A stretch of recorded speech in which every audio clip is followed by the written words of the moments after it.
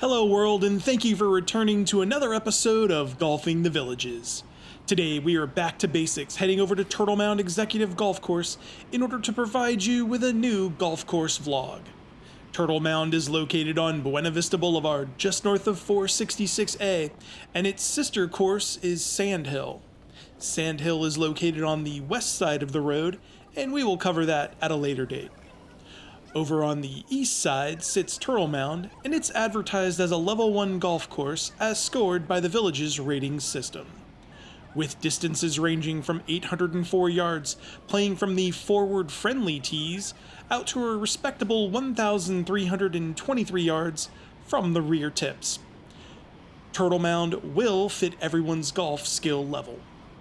The standard 3 teeing ground locations do apply here as well, with the green being forward, the gold serving as the middle tees, and the black tees are the tips. We decided to play from the tips today. We were randomly paired up with a couple of golfers by the name of Christine and Cheryl. They were not only a pleasure to play golf with, but we shared a wonderful conversation between shots. So without further ado, let's get after it. Welcome back, everybody. Today is our first round without Cyril in our hip pocket, helping us along the way. 134 to the pin, and I have got a 9-iron here to make sure I get it all the way there. Okay, strike. Gonna cover the bunker and be hole high. Cover, sit. Oh, it's on the top side of the bunker.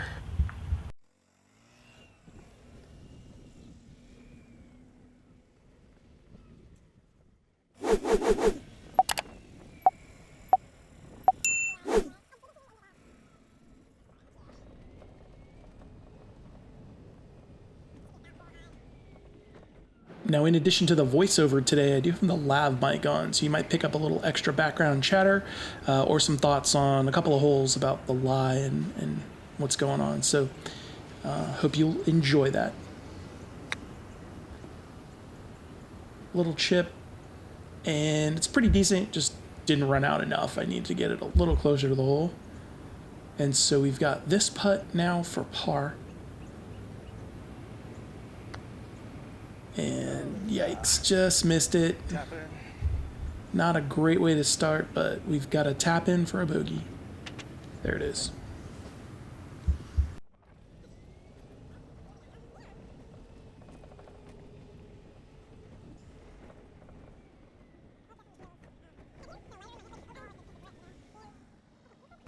Alright, so over to number 2. I've got 116 on the marker, but playing 122 to the pin. Pin is back left, which feels like it's pretty good for the fade. It is over the trap, over the bunker. So I'm going to try to hit that fade. Okay, strike. Starting at the pin. Same thing. Interesting. Hits and spins back hard to the right. Not very great.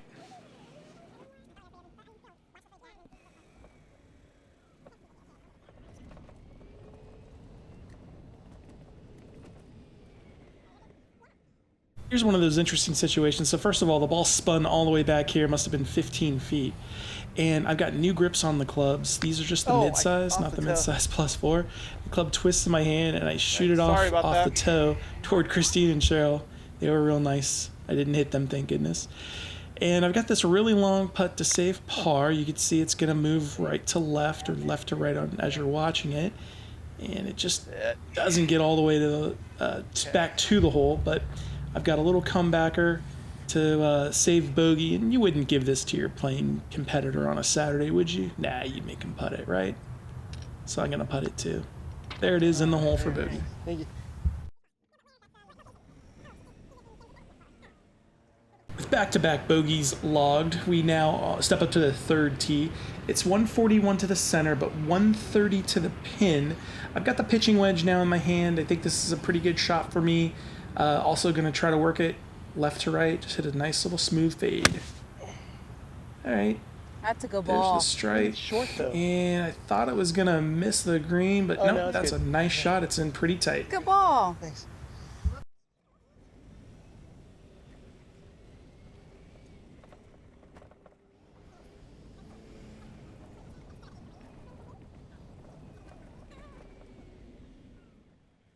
And here is another putt. I believe this one was for birdie, if I recall.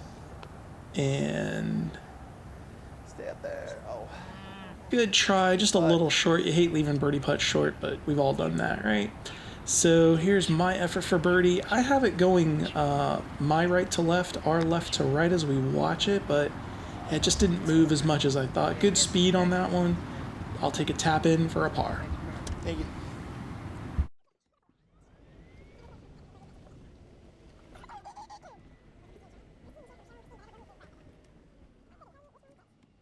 All right, and here we are on hole number 4.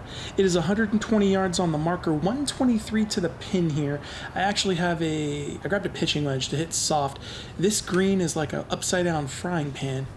Everything goes from the middle out to the edges. Yeah, too much. So I hit it too low, hits hard, and moves really hard left to right. Don't like it at all. I came in too low.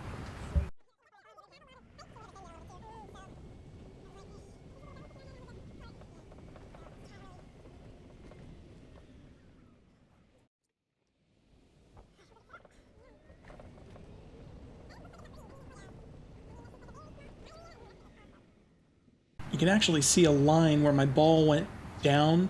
I hit pretty close to the hole and just rolled way too much side spin. So I'm just basically trying to roll it back up on that line. You can see now there's like a train track, and I just did not give it the right speed up that hill. It was very difficult to judge with wet and hill. So that's for par, and now no good. I gotta mark that and try to make a bogey. Nice finish. Bogey. Thanks.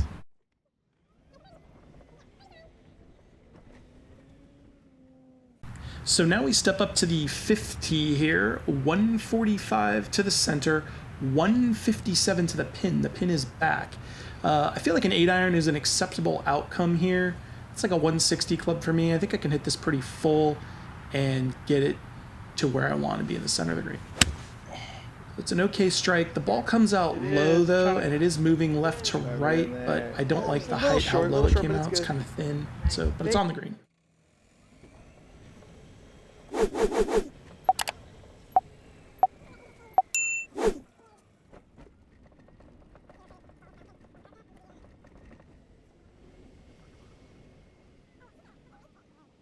I'm going to say this because it bears repeating. I don't want to turn birdies into bogeys, which seems to be a theme. We'll follow more on that later. But anyway, this is a long-range birdie putt. I really should hit my 8-iron a little closer than that. And so now I've got this putt to try and save par. And again, just outside that friendly range. You probably wouldn't give it to somebody. Oh, just missed the hole. I was probably aiming a cup out, I think you heard me say. Tap in for bogey. They're like, get it.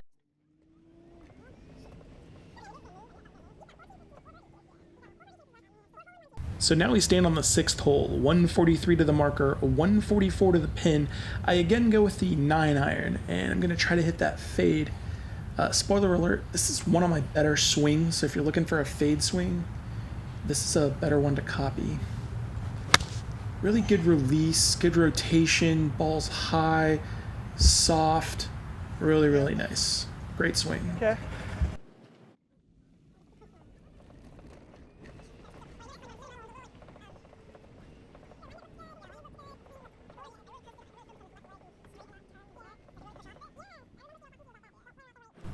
I think it's a missed green in regulation. I think I'm on the collar there, but let's not split hairs. It's pretty close, and that's a great shot.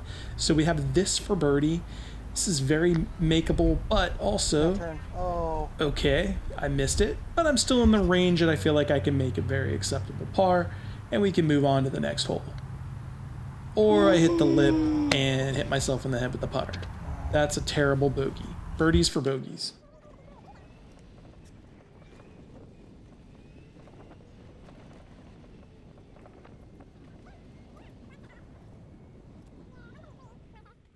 So now we step on the 7th tee, 173 to the center, 167 to the pin. I'm not concerned about the pin, I'm concerned about the center of the green number. So I take an extra club, I take a 6-iron, wanting to get it to the center of the green and give myself a chance. And it's just a very soft strike. I took an extra club and I didn't hit it the way I should, And so now I'm in trouble, That's it. short of the bunker on the right. Wasn't a great strike.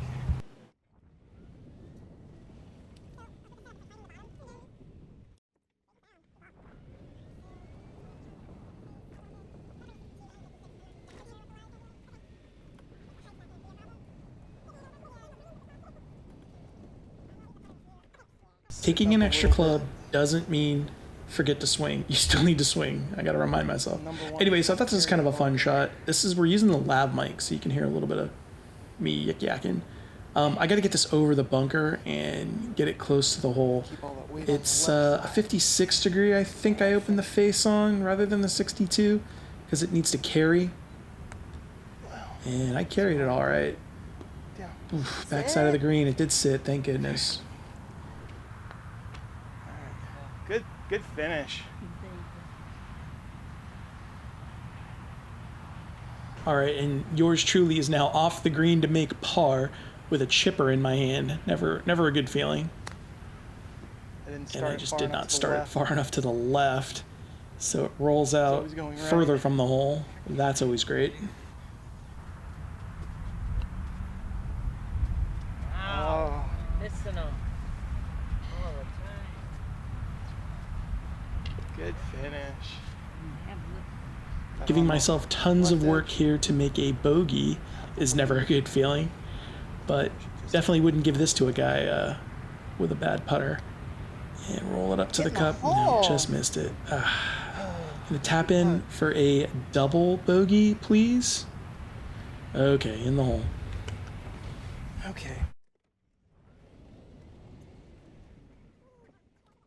All right, so now we stand on the 8th tee. It looks like it is 143 yards to the center, but 165 to the pin. So it was up the hill. So I went ahead and grabbed a 7-iron. And by the way, I'm getting used to this swing. I can actually swing harder at it with the fade release. And so as I'm starting to figure that out again, that I don't have to baby it like I was with the draw, these are going to get closer to the hole. So this is on the green.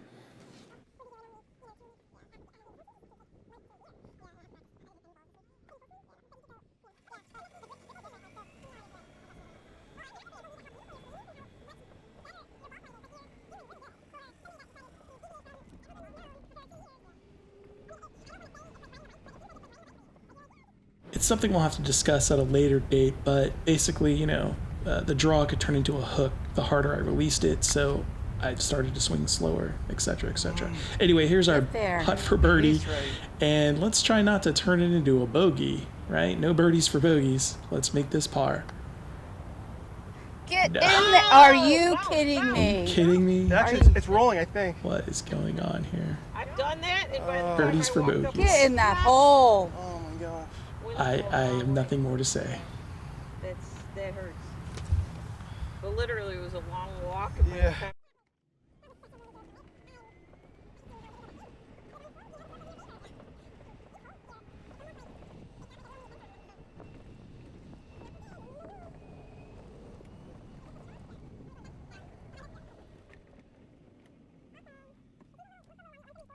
No time to stay for the pity party I'm throwing myself. I have to step up to the 9th hole here. It is 174 to the marker, but 180 to the pin. I again select the 6-iron and have to remind myself, swing like a big boy. Let's go. Okay, strike. I could definitely swing a little harder at it, and it's going to be short of the green. Wow. Not surprised. Yeah. Wow.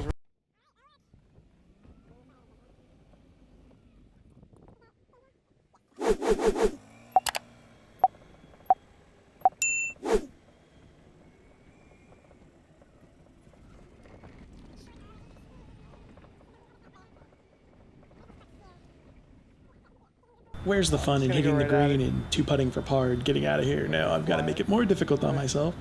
I don't know, about a 25-yard pitch shot, maybe 30. Yeah, 56-degree sand wedge. Gonna look to fly it most of the way up the hole, up the hill, into the flag. And not bad. I guess I just needed to carry it a few extra yards so it would release up the hill. And because this is now my look at par, we can make this putt though. Really, we could. All right, here we go. Rolling it up to the cup and try it up. You got to get it to the hole. Tap in bogey Yeah, for a I'll finish. +9 round at Turtle Mound. Ay, ay, ay. Well, that's going to close the book on Turtle Mound for today. I'm glad I was able to go back and review this footage. The first big issue is turning birdies into bogeys, and I will naturally clean that up. I actually went to the range the next day after this round in order to reprogram myself both with alignment and the release of my swing. In order to tame the hook and create a functional draw swing, I made a lot of compensations, so now I need to undo that work and go back to where I was before. Hopefully, you will join me on this journey by subscribing, and we can explore it together to see where it leads. Thanks again for watching, and until next time, we will see you on the course.